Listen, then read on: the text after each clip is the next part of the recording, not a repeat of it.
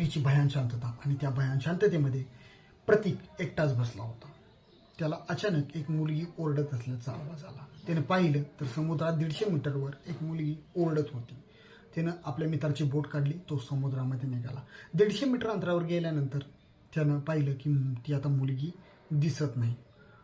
तर थोड्या 200 मीटर अंतरावर त्याला तिथून पुढे मुलगी दिसू लागली. तो पुन्हा तिथं गेला. असं 3-4 वेळा झाल्यानंतर त्याला वाटलं की काहीतरी प्रॉब्लेम आहे. हे विचार करून तो त्या ठिकाणी परत आला आणि दुसऱ्या दिवशी सकाळी तो पोलीस स्टेशनला गेला. पोलिसांना त्याने कळवळे करून सांगितले की मी एक मुलगी बुडताना बघितलेली आहे, तर तुम्ही त्या ठिकाणी जा आणि त्या ठिकाणी तिची डेड बॉडी शोधून काढा. पोलिसांना त्याचा कळवळा जाणवला. ते त्या ठिकाणी गेले.